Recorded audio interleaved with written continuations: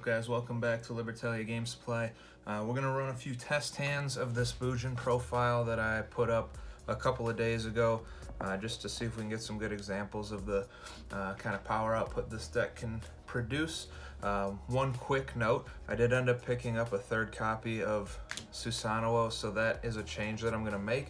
I just haven't decided what's going to get cut yet from the extra deck here to make room for that third one. But I assume I'll have that decided in the next couple of days, and then I'll have a third Susanoo in, and then one of these other guys is coming out. But just a little side note there. We'll pile shuffle here, shuffle this deck up real good, and then get into it. So obviously, you know, I'll preface ahead of time, I'm probably gonna cut out any like not good hands, or maybe I'll keep one or two just so you can see that, you know, that's what it looks like. But I don't see it super valuable to show you the worst hands you can get out of this deck. Mostly just because the deck bricks, I'm gonna be upfront with you about that ahead of time. It doesn't brick nearly as much as it did prior to the Lightning Overdrive support, but obviously it's not meta and it's not tier 1 for a reason. So I just want to show you what the deck can do when it's all functioning properly and when you're getting the most bang for your buck here. So hopefully this will be a pretty good shuffle. We don't want some really terrible clumped together cards, but I think we should be good. We'll give it a couple more. Really all you're looking for in that opening hand is Torifun, or a way to get to it. Or really, like, there's some other stuff, but that's the number one thing you want is that Torifun. And we'll give it a shot. So, hand number one, we got Crane, Pot of Desires, Yamato, Centipede, and Tornado. Or Twin Twister, sorry, I apologize. So we're going to say turn one, you're going first so we don't draw the 6th card. We can look at it just for the fun of it. So, Turtle. Wouldn't have really made this any better even if we were going second. Really not a good hand, so I don't know if this one will make it up into the video, but it's not terrible. We do have the Desires. We have the way to pitch the Centipede, so we have a whole lot of back row destruction. Really, my first play would probably be to play the Desires, so we'll banish 10, 3, 4, 5, 6, 7, 8, 9, 10.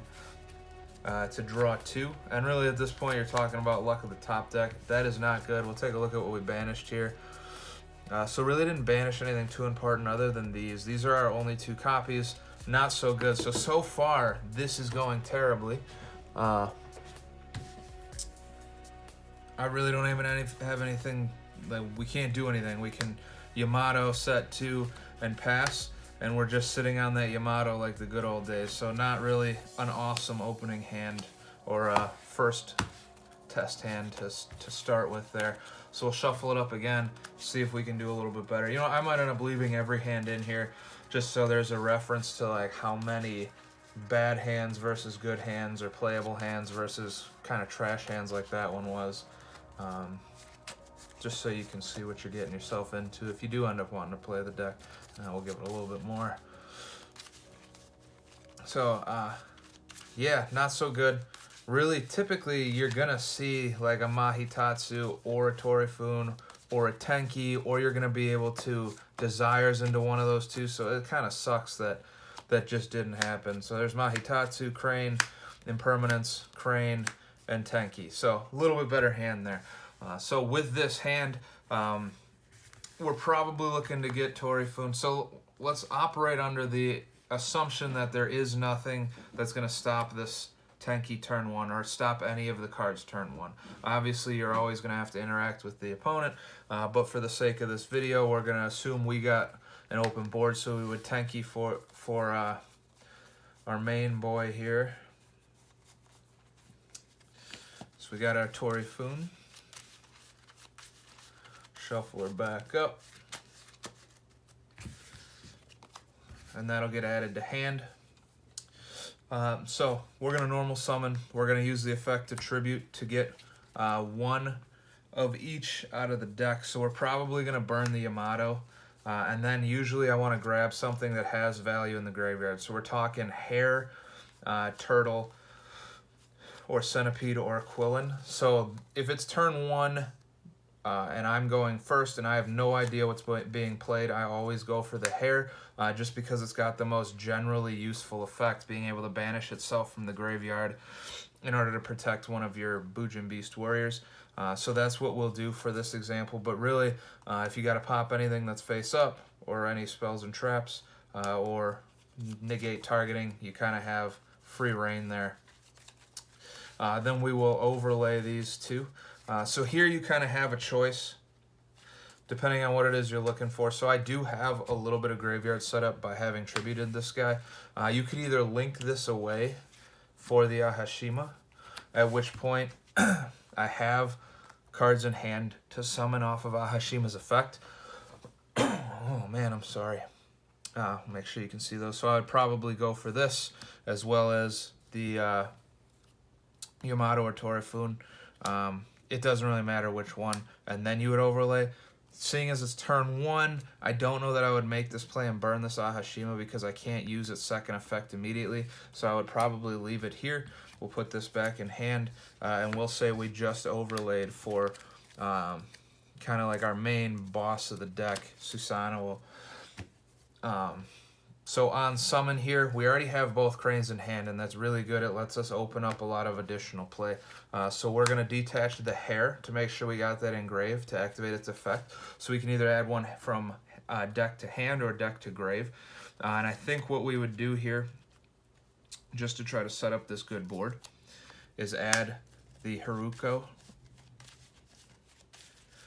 to the hand, so we can rank it up. The Susanoo I'm talking about. So we would activate this in our pendulum zone, use its effect to banish itself to rank Susanoo up into Amaterasu. So now Amaterasu has 2 effects. One is going to let me special summon this back to the field. The other would let me, on my opponent's turn, put one of these, put this back in my hand. Sorry, the glare is getting me a little bit here. So, recap. On my turn, I can special summon this. On my opponent's turn, I can put this back in my hand. So I would probably save that opponent effect for a crane that I banished off of, Harume or something like that. So for this turn, we'll detach one, doesn't matter which one at this point, to special summon. Now remember, we do have the Mahitatsu in hand.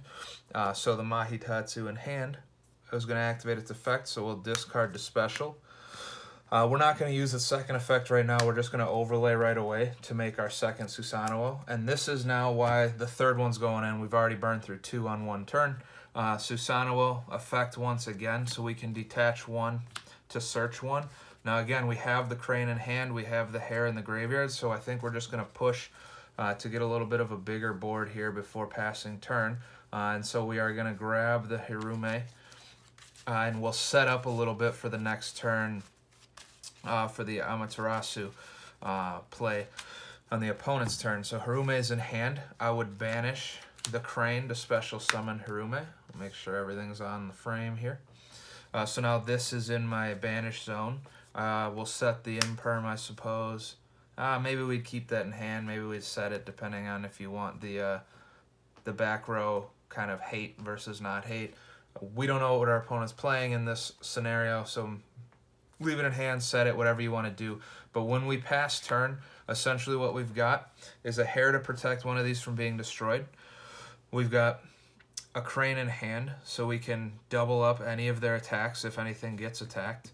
We've got a crane in grave or in banish zone, so we can detach 1 to add this back to the hand, and then we can crane again. So decent board, can do a ton of damage. Say you're going second, you could probably just about OTK with this board depending on what your opponent has. So we'll shuffle up, we'll go again. Might as well leave the ones we're going to use often on top here. So that was a little bit of a better display of what the deck can do now. A little bit more combo oriented. Oh, God. We'll shuffle it up again here. Let me get a drink real quick, actually. Throat just got really dry all of a sudden. I'm just so excited to tell you guys all about my favorite deck here. So maybe we'll go through 2 or 3 more, see what we can get out of this. First one wasn't good. Hopefully the next couple are good.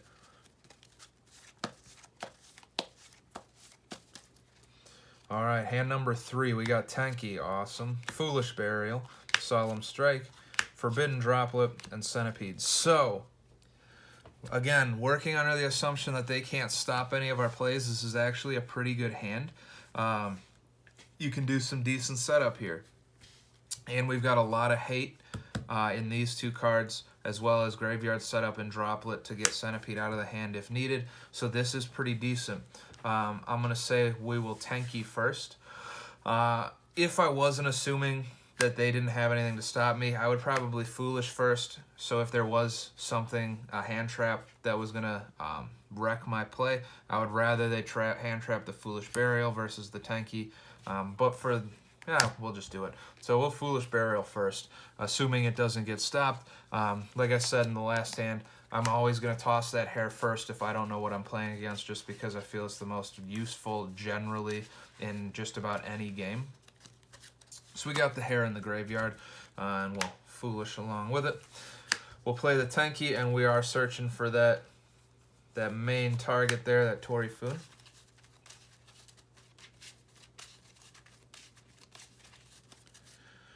Give it a good shuffle. You guys kind of know this play. Torifun, normal summon effect, attribute to special summon. So now hair's already engraved in the Centipede's in hand. So you kind of have a choice between Quillin and Turtle. At this point, you know, assuming we still don't know what we're playing against, it's kind of up to you. I would probably go Turtle just to negate targeting effects, because that would be the next biggest threat behind destroying. Just generally destroying monsters with protecting that with hair. The Quillin is a lot more situational, so I would want to pitch this when I know what's on the other side of the field that I'm trying to get rid of. And then once again, we're probably burning this Yamato. He's just a body at this point. He's not really the greatest card, but like I said in the deck profile, couldn't pull myself to cut him. We'll shuffle it up again. And let's say, just for the sake of showing, we'll do the Ahashima play this turn. So we'll link away 2 for the Ahashima. I want to make sure I can show everything in screen here. We'll just move the Tenki out of the way. So Ahashima's on board. Ahashima's effect is going to special my Centipede, as well as we'll just grab Yamato, and then we're going to overlay into the pointed zone, or the linked zone. Yeah, there we go, for that Susanoo. So now if there was back row, when I detach for this effect, Hashima's effect would let me destroy a spell or trap on my opponent's side of the field. Obviously don't have that, just wanted to see where this play goes. So here, we're going to detach the Centipede just so we have that useful graveyard effect set up and ready to go, and we're going to search. So here, once again, we could pretty much do that same play. We could search the Haruko to rank up. The problem is we don't have anything in hand to extend the play a whole lot with, so it's kind of going to be up to you. You could try to rank up into maybe Kagutsuchi, or, you know, I wouldn't do the Tsukiyomi play. I would either rank up into Kagutsuchi or into Amaterasu to special summon this one back, and then set, and then you just have an extra body on board. Otherwise, you could grab the Crane. We don't have Crane yet, and we would pretty much finish up setting up that little... you know, we got the Turtle, we got the Hare, we got the Centipede, get the Crane, and you're pretty much covered on all fronts. Plus, I would set these 2, so having this in hand to either use for the Susanoo or Ahashima, really, or to discard off a Droplet for that effect is pretty useful. So I think that's probably what I would end up doing, rather than having to empty my hand by setting the Droplet on the strike, and then the Droplet is useless. So that's what we'll do to end that turn. So we would set the Droplet and the strike in the back there, and we're ending with the Crane in hand for either of these. Our 2 big power floodgates, not really floodgates, counters, we'll say.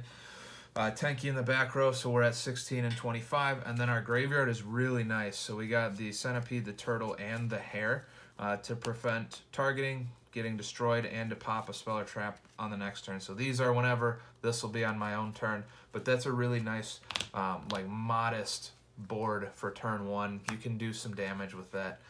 Let's get another one in here. As you'll see, the line of play doesn't change a whole lot. Usually the rest of the extra deck comes out and the creativity comes out once you start getting into a grind game state, which this deck does actually pretty well. You can pump out extra deck monsters fairly reliably. The problem that sets in usually in my experience is that you'll get to a point where you've Pot of Desires did twice, and then off of all your other searches and dumping and whatever else, you're down to like 15 cards, so you just got to hope that it's the right 15 cards so you have another Tori Foon play or something like that available to you. Otherwise, you're pretty much dead in the water. The game is pretty much over. You got to have options to have those explosive little tiny extra deck plays at all times. We'll get our starting 5. See them. Oh, there we go. Open the Tori Foon, the Droplet, Arasuda, Tenki, and Desire. So that is actually pretty solid. We could do a lot of damage with that, depending on how we play this. So Desires I would probably not do first, just because we don't want to end up getting rid of the stuff that we want to search off the Tenki by accident. So we're going to Tenki first to search. So here, my immediate thought is, because I have the Arasuda, is to grab the Harume. And then you have like 2 bodies that'll summon themselves from hand, which can be pretty useful. So I think that is what we're going to end up doing, is grabbing that Harume. Shuffle that up. We're going to Tori Foon. We're going to Tori Foon effect. And we're going to grab the hare as per usual. I won't keep explaining it to you guys. I think you get the point.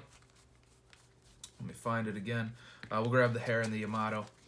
So, I don't know. Do we go for the... no, we don't. We do not go for Ahashima here. Because to use Ahashima's effect, we'd have to burn the Arasuda, and then it becomes less of a nice solid play there. So we're going to go right into the Susanoo. We're going to overlay for Susanoo. We're going to detach the hare to search. And now, so we have Tori Foon and Grave to activate this effect, which in turn activates that effect. So I don't know that we necessarily need to dump anything. I don't know that we need the crane so much either, so I think we're going to end up grabbing the rank up monster.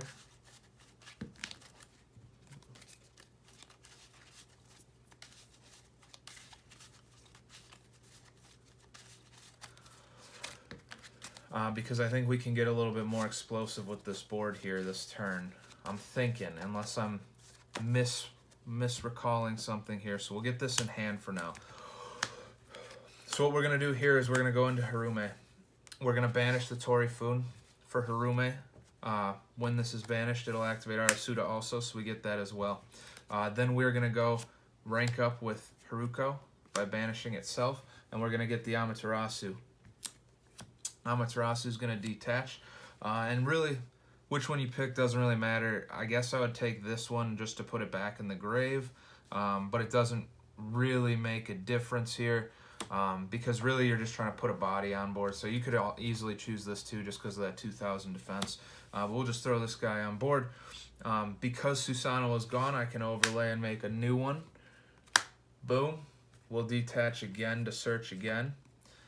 So now, here's an interesting note. This is not once per turn, so I can search this again and rank up again, which we might do just to keep this play going.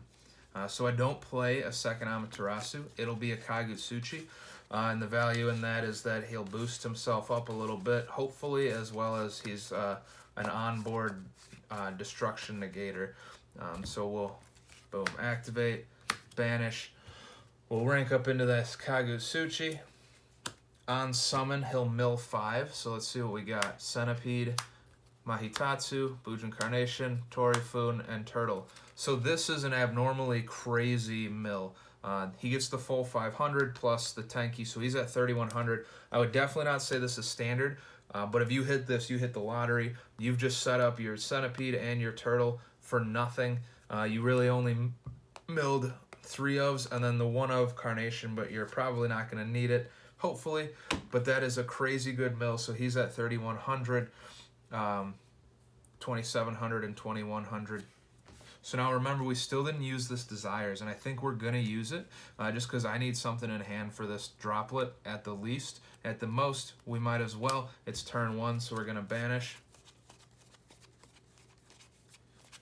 We'll set those off to the side to draw 2. So we got a strike and a Twin Twister. So, yeah, that kind of sucks only because I want to use them all.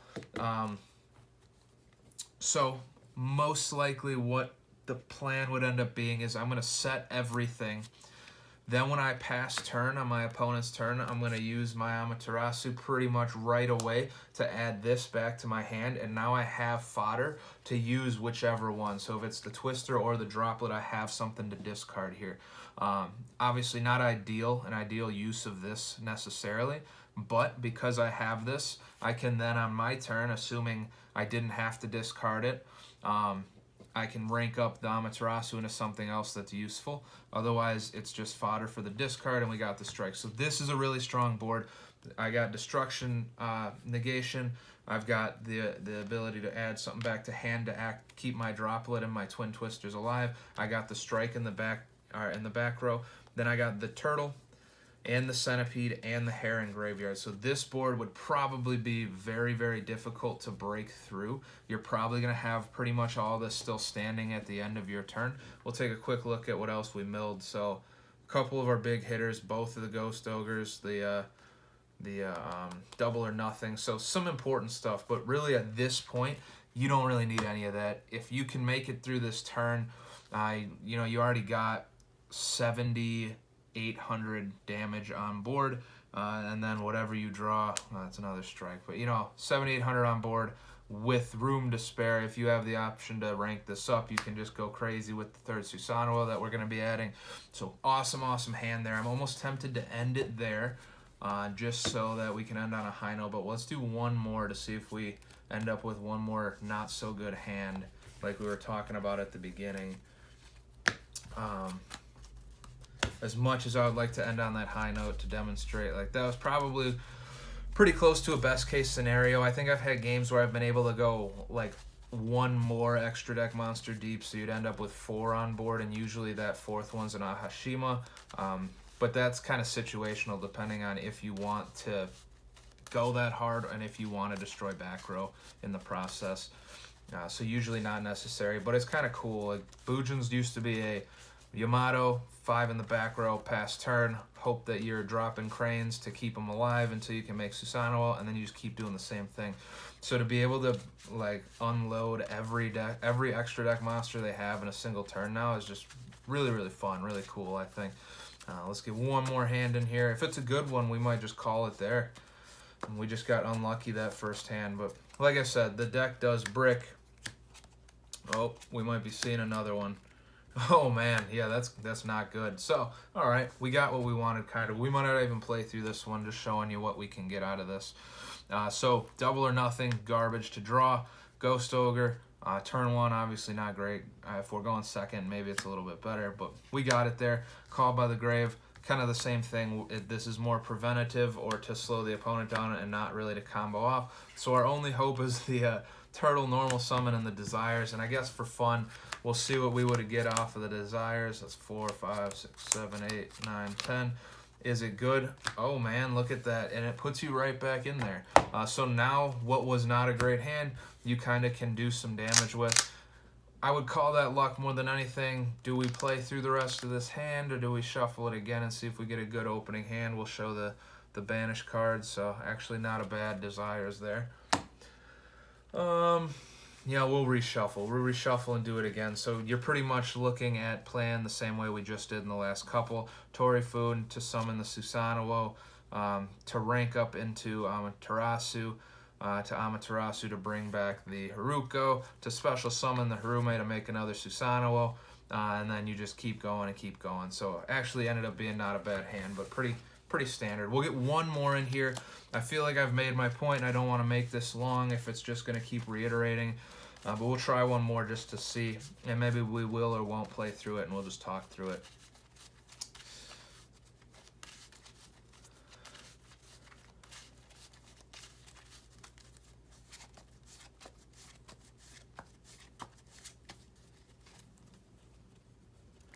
All right, our last starting 5 here.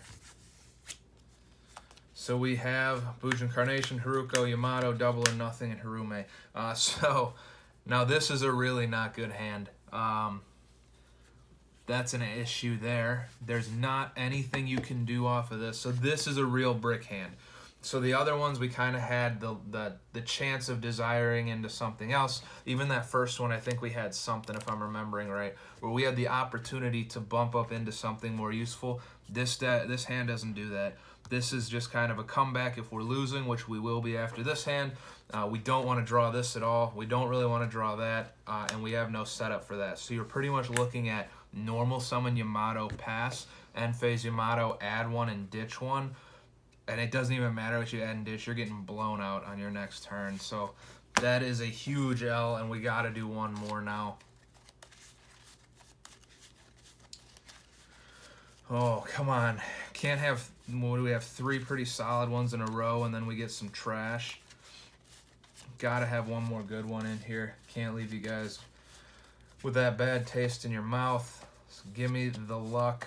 Heart of the cards, baby. All right, Torifun, Desires, Burial, and Strike. So, okay. Opening this is never bad.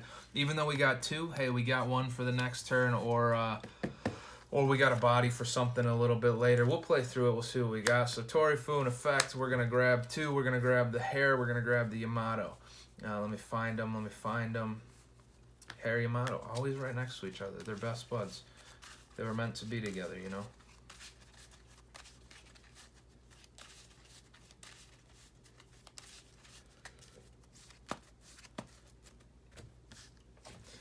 All right. We probably could have Foolish Burialed first, but I think what we're going to do is overlay anyway here. We got to just go for the good old reliable Susanoo. We'll detach the hair and we're going to search. So what we're going to search, it's going to depend here. So we're going to Desires at the end, so we don't necessarily know what we're getting off of that. We can just eliminate stuff from the pool. Foolish Burial, we could set up Graveyard, but I think what we're going to end up doing with that Burial is try to put something that we can then pull back with Amaterasu that becomes not useless. So I think, let me see. What would be a good choice for that?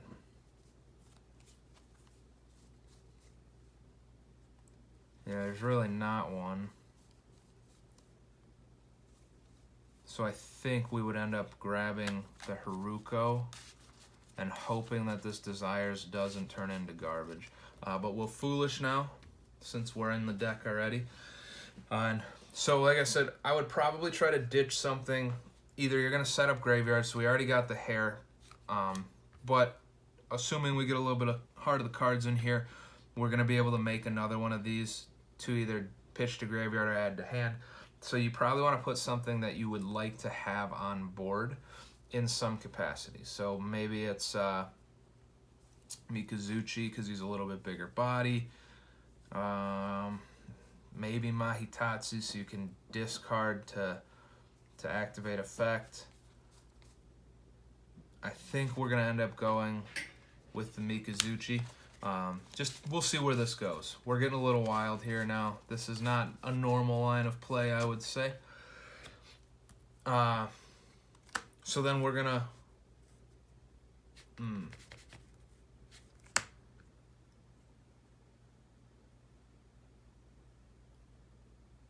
I've made a mistake here. We'll keep playing it. We're going to Haruko, rank up.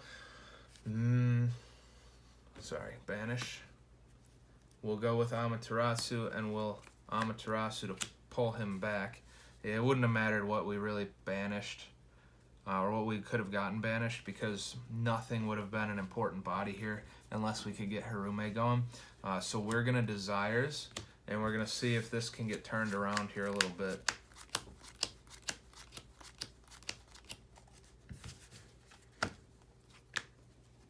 And it did. So, Heart of the Cards is with us today. Let's take a look at what we banished. Our one Imperm, our Turtle, that hurts a little bit. Our second Haruko, but Second Haruko, I guess we'd have access to it a second time if we needed it, but yeah, so that's a little bit more of a rough Desires. The plus side, I mean, we did draw the second Desires, but we also pitched the third, so we got that. So the reason this is the savior here is because we can now use Mahitatsu to pitch this second Torifun. We can overlay for the second Susanoo. We can Susanoo for whatever it is we need. So now I would probably set up Graveyard because it doesn't look like I'm going to be able to push a whole lot farther. And I really only have the hair. So, you know, I think instead we're going to grab Crane if it's still in here. Add it to hand. We'll set the Strike in the back row. And we keep the Desires and the Crane in hand for opponent's turn. And we call it a turn there. So I guess another just moderate hand. It's not great. It's not terrible. You have a little bit of defense. Sometimes you just get lucky off of that Desires, and really because so many of your combo pieces are either a 3 of, like Torifun and Mahitatsu, or they're interchangeable, so like any other level 4, you usually do end up getting a little bit of luck off of that Desires. So, you know, or Heart of the Cards. I'm going to call it Heart of the Cards. But we'll wrap that up right there. I think I've gone long enough. You guys got the point. Hopefully you guys enjoyed, learned a little bit about how I built the deck and kind of like my mindset. If you have any thoughts or suggestions, I'd love to hear them in the comments down below. Otherwise, I appreciate you guys spending a few minutes here just playing around with my favorite deck, and I hope you guys have a great day. I'll see you next time.